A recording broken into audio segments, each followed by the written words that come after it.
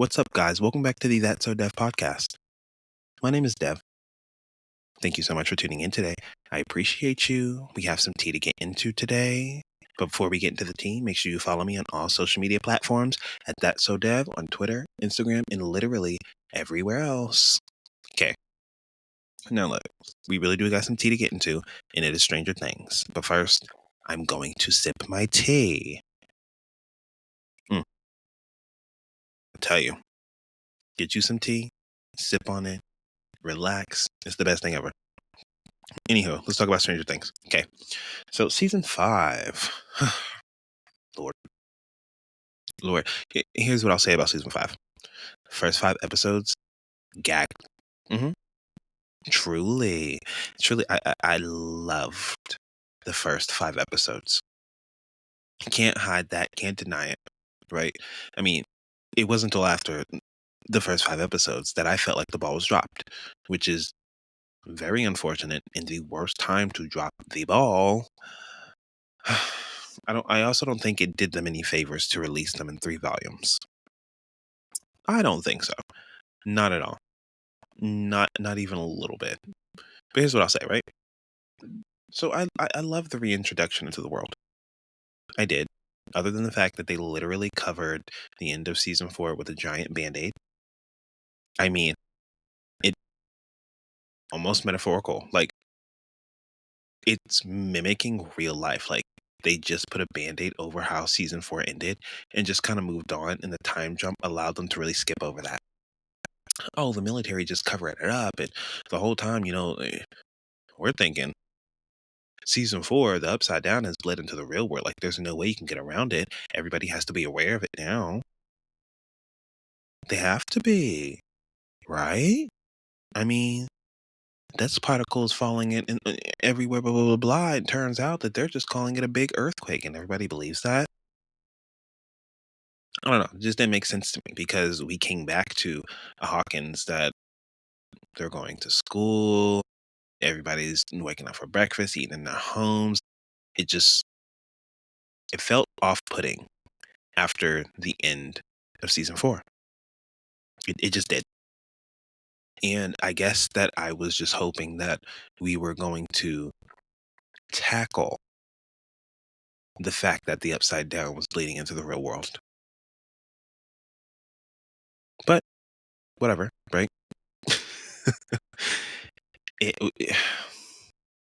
Look, like I said, the reintroduction into the world, it was phenomenal. I mean, their secret codes and just the way that, because we normally have to wait until the end of the season for them to really have their plans and to really execute things and work as a team, and we see everybody together. Like, we usually have to wait for that, but we started off with that, which I loved. Truly. And we started off with this mystery. Like, who is Holly talking to? Who is Mr. What's It? First of all, I don't know why they chose to make these kids focal points because they had a lot of screen time, a lot more screen time than a lot of main characters, and it was very interesting to me. And look, all I'm saying is Miss Erica should have been a prominent part of this season. Did my sister very dirty. Anywho, you know, I think that the kids did a wonderful job acting. Out of 10, no notes. Nothing against the actors. I just feel like it was a poor choice to have them in our faces as much as they did, because it took away a lot of time to address things. I mean, we never once had a scene with the core 6 members. We didn't. We actually didn't. And that's crazy to me. I mean, you even had a poster where, all 5 of them minus Sadie are on bikes. And we did not see that. We did not see that at all. So it was just interesting to me how season 4 kind of transitioned into season 5, and then how they handled some things in season 5. It just didn't make sense to me. It didn't. But like I said, it's really difficult to critique it because there's so much good that I can say about the first 5 episodes. But then again, 6 and 7 and 8 to me were very questionable. They were very, very questionable. Um, and I look, I just have to say, I'm just bringing up Will's coming out scene. It was not it for me. I just thought it was poorly handled. And I know a lot of people are like, "Oh, the homophobes. They're using this opportunity to be homophobic and blah blah blah blah." Look, it's not going to stop me from being critical about it because if it wasn't it, it wasn't it, and it was not it. I. It's so insane to me that you would drop a ball like that on a final season. But when I watched the documentary, right, which was so interesting, after watching the documentary, I watched the documentary and I got a chance to see the Broadway play, which made me have even more questions because, huh? But right, I'm gonna get to that, right? Because the series finale, I had a lot of questions when it came to why on earth did we have 11 do the most predictable thing that everybody assumed was going to happen. I mean, honestly, the whole season was about Hopper, Kali, and 11 wanting to kill themselves. Like, I mean, come on. That's what it was. Mm, sip my tea. That is what it was. The whole season was about them wanting to kill themselves. That was so frustrating to me because I don't know what I expected. Actually, I do know what I expected. I just hoped that I didn't expect it. Because we all assumed. We all assumed that at the end of this, the most basic thing you could do was to have 11 die. Right? And although they say they left it open to interpretation, whatever. I find it to be a cop out. I find it to be the most safe thing possible. You couldn't have played it any safer. And it doesn't hit because you created a show where the stakes are so incredibly high. Incredibly. You've created this cinematic world filled with nostalgia. What on earth made you think it wasn't a good idea to kill somebody? Hold on. No, let's be for real. Somebody should have died. Not Kylie, not Vecna, not 11. If anybody had to assume who would die, it would be those three. Aside from the fact that people just expected, you know, Kylie to be off somewhere else. Nobody expected that season two storyline to pick up. I mean, based on the documentary, maybe they didn't either. Because what do you mean you did not have the final episode written? What do you mean? What do you mean you started filming and you didn't have the final episode written? I don't want to hear anything about, oh, other TV shows do it. Yeah, TV shows like Grey's Anatomy, who filmed two parts of their season. One the first half of the year, one the second half of the year. Once they finish the first half starts airing, and then they're filming the second half, and they may not have the season finale written or filmed yet. So, yeah, I do understand it happens, girls. I understand it happens. But let me tell you, this is not one of them shows. I don't care. Like, that can't be how you go out. Like, if you end a show bad, that is all people are going to remember. My goodness. That is all they are going to remember. That is the last impression that they have. Right? And so when I see things pop up like this new Stranger Things TV show, animated series, before the series ended, I was like, okay, this could be interesting. And then I found out that it wasn't their voices. And I was like, oh, I don't know about that. We'll see. And then the show ended, and I was like, oh, that's not. And then I just became less and less interested in the animation. And then I hear the animation. I'm like, oh, it's like a double whammy. It ain't it for me. Like, it just don't feel the same. And then with an ending the way that it did, left a bad taste in my mouth. But it was just like, maybe you should have spent less time working on the animated series and focused more on season 5 because it needed it. And having all of those kids in the forefront of the season took away a lot of time that you could have used to really like use that time for things better, like the core 6. I should have had plenty of time with them. Also, okay, so am I to assume, like, look, what happened to Erica in The Teacher? Like, they started off episode 8, right? And then the military pulls up. But the military obviously captured Max.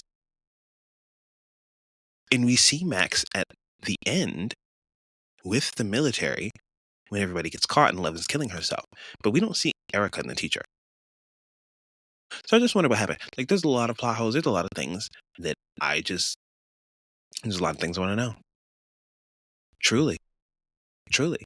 I mean, I found myself, because I've been, like I said, I've been watching Stranger Things reactions because I'm curious what people think about it as well. And I start the reactions from season 1 and I go all the way through to season 5. Back to back. I do. So if I start one creator season 1, I'm not moving on until I finish season 5 with them. Because I want to see the natural progression of how people have viewed this show. And if I'm the only one that feels that way, and I'm not.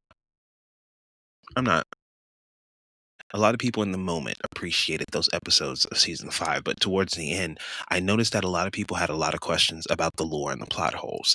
But the fact that we're so engulfed with the experience and the fun and the joy of it and having it back again, that often overrided those thoughts for some people, but then they came back in the reviews.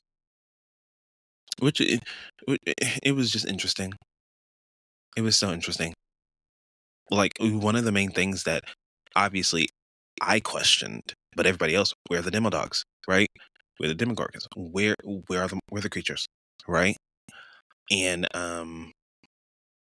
which is kind of interesting, because when we saw the Mind Flayer in season 3, it was obviously made up of all this goop and stuff, that whether it came from rats, whether it came from people, it was just, you know, all of those particles can join together to create the Mind Flayer. And based on what I heard, they're kind of insinuating that it would be the same way for the Demogorgons and the monsters. They would have conjoined to create the Mind Flayer, right? But we've all known the Mind Flayer to be particles, which is interesting, right? Because listen to this, right? So at the end of season 2, whenever they essentially burn the particles out of Will, it leaves out of his body, it goes into the air. And the biggest thing in season 3 was like, well, what if the Mind Flayer is still here, right? And then it shows us the flashback of the particles going up in the air, right? So in season 5, when they burn the Demogorgon and the particles goes up in the air and we see it like swirl all around that tower and all that stuff, like, what happened to the Mind Flayer particles, right? Like, I'm just trying to understand how this equates to one another, because we've always known the Mind Flayer to be particles, not things conjoined up into one thing. Whenever it did that, they killed it in the real world. Remember in season 3, right? But they also closed the gate, and they also helped finish it off. So you see how it's not making sense to me? I mean, if you can explain it to me, sure, fine, great, fantastic, whatever. But right now, it's not making sense. You have to be so for real. Like, and that's the big thing about me. Like, the Mind Flayer obviously cannot be dead, because the Mind Flayer, the particles, right? From what we've seen from season 5, Vecna has been around since season 1. That is the lore season 5 gave us, for a fact. So even when those particles went up into the air in season 2, apparently it was still around. Is it still around even after they burned the Demogorgon? I don't know. Answer that. Look, I'm racking my brain trying to figure out these questions because you want to know what I like. What the hell? Oh, oh, girl, not my dog going off. I know. See, she not fucking with it either, and that's T. Okay, and look, I I am so frustrated. I am so frustrated with the show because I'm just trying to rack my brain and figure out a lot of things. I find myself Googling a lot of things and, asking questions and then rewatching to see if those answers line up with what I think. And, you know, one of the biggest things that I think that I've been questioning is how the play intersects with the show. And having seen the Broadway play, right? It's one of those things where I'm like, did you even really bother to incorporate anything? Because look, right? Spoiler alert. If you haven't seen the play, I'm so sorry. Just letting you know, you can press pause, you can leave, whatever. But the play is a really big moment inside the play because we know that Joyce puts on a play, right? And in the Broadway play, you see that play come to life. But in the show, you only see Joyce talking about it.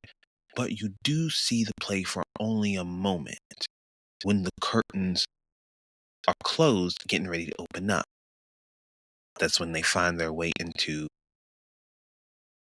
Henry Vecna one's house or whatever. And you get a doom, doom, doom, doom, doom, doom. Like, that's an actual part of the play that Joyce is putting on for sure. It doesn't really tell you anything, it doesn't really show you anything. It's just kind of like an ominous type moment. Like, to me, it logically doesn't even make sense to be there. But that play is a big moment for Henry because that's the moment he nearly kills somebody near and dear to him. Like, it is a significant moment for him. But there's no way for you to know that. You're just seeing his memory and going through a play. You don't really know what this play means to him. And also his love interest in the play. Like, she plays a prominent part. I mean, Bob's sister.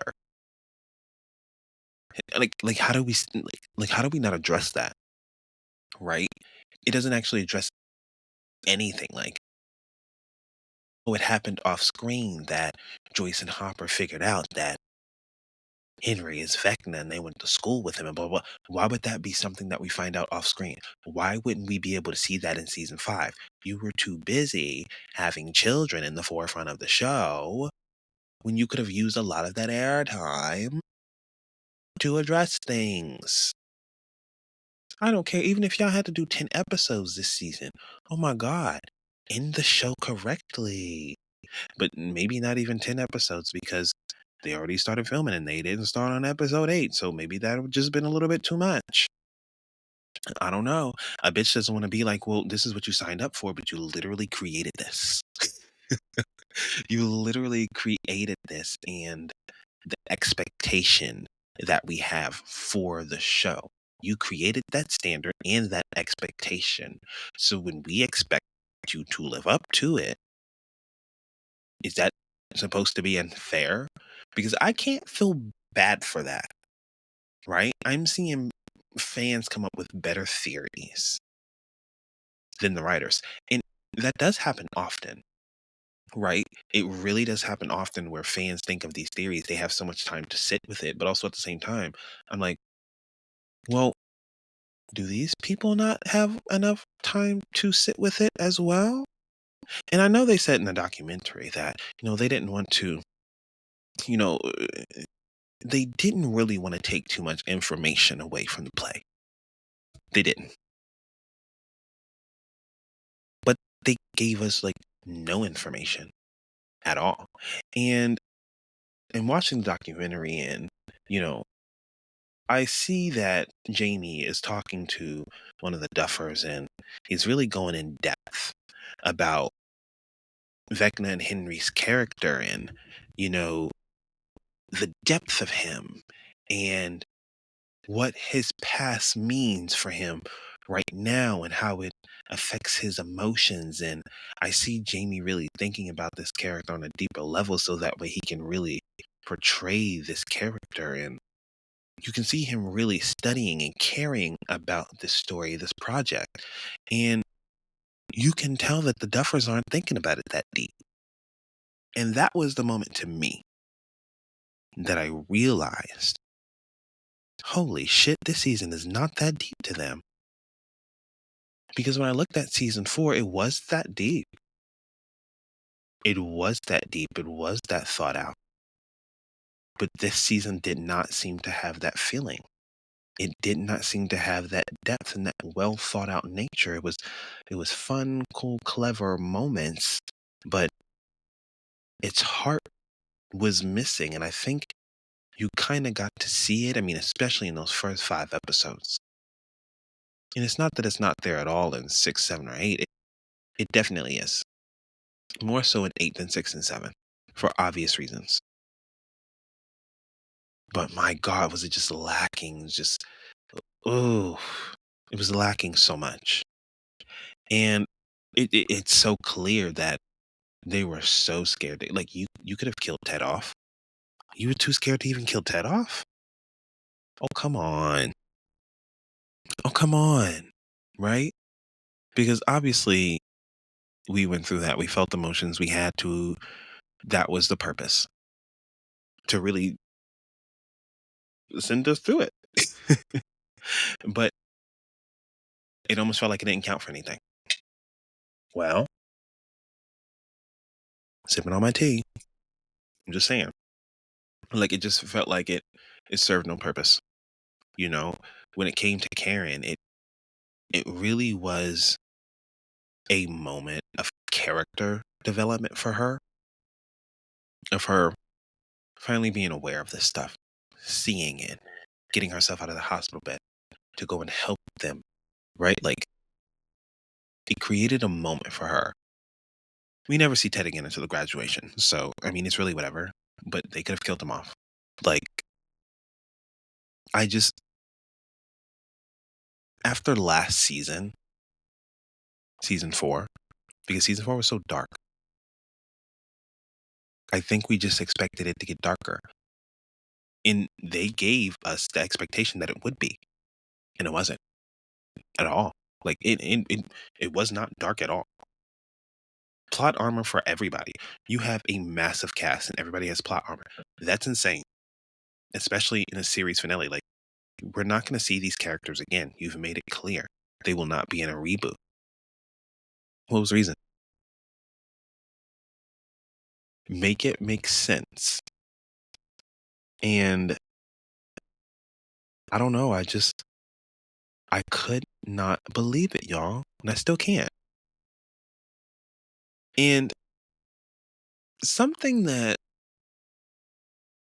I guess that I felt along the way was I couldn't help but feel, I don't know, kind of sad.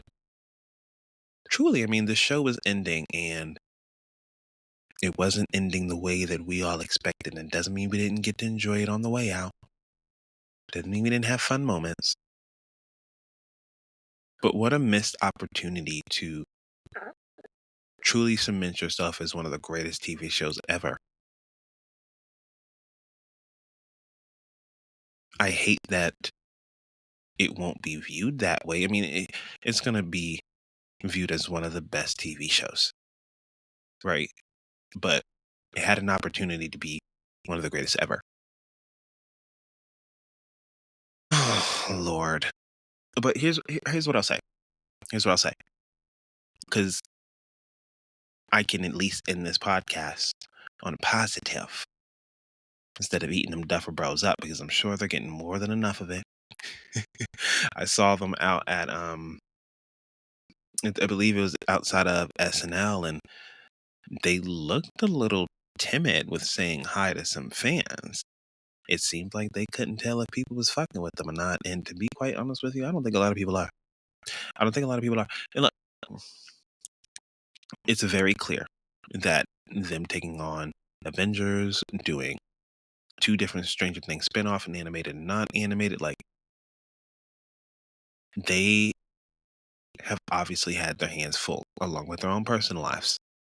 That is public, right? So I don't know. It was just it just seemed like the focus wasn't really there, and things felt rushed. You'd say, but it did. Looking in that writer's room, that writer who said, if we don't have Demogorgons as demo dogs, people are going to be like, oh, well, WTF. And they were. Can't confirm.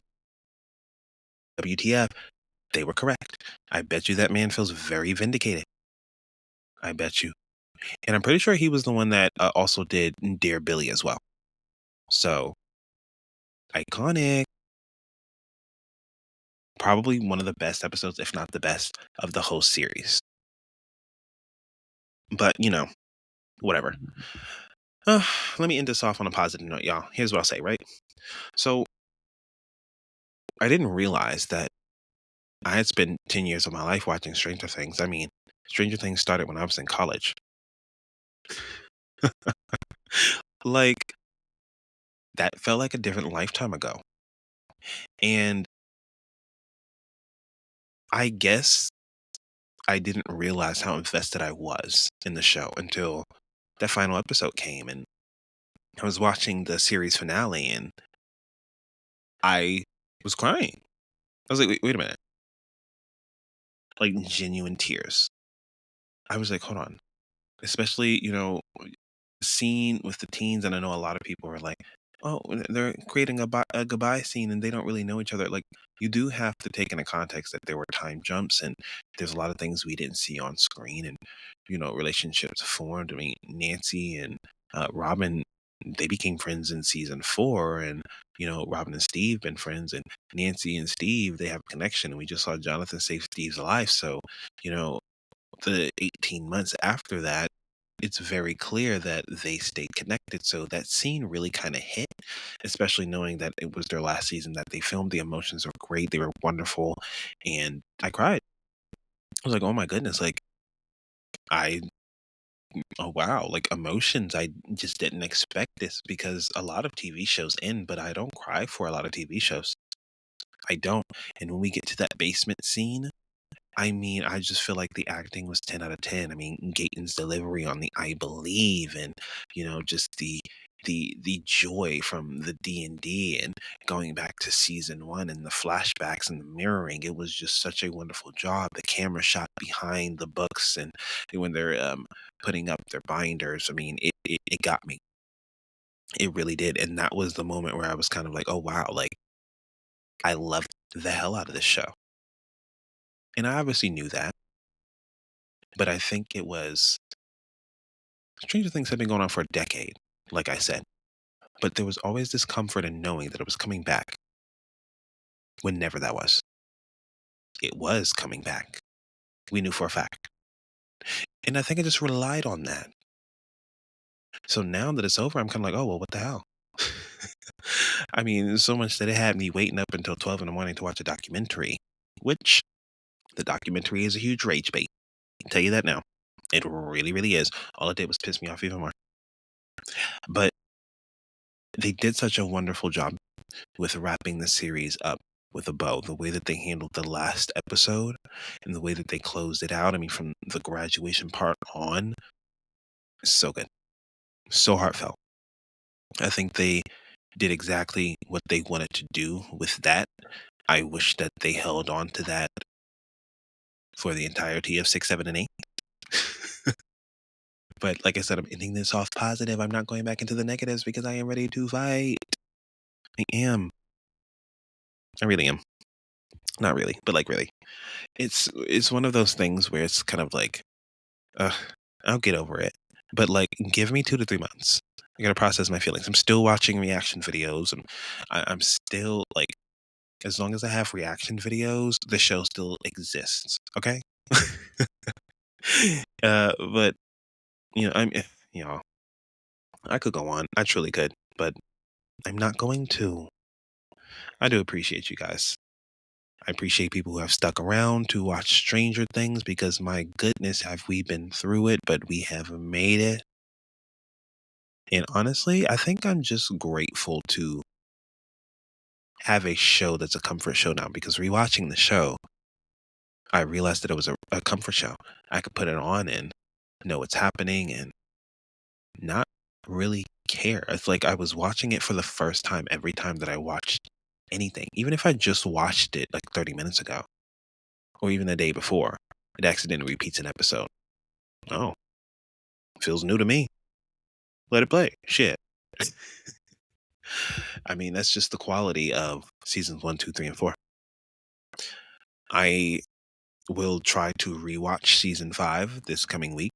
There's no promises. I tried. I couldn't get through episode 2. I had a hard time getting through episode 1. Not because it's not good, but because of the bad taste in my mouth.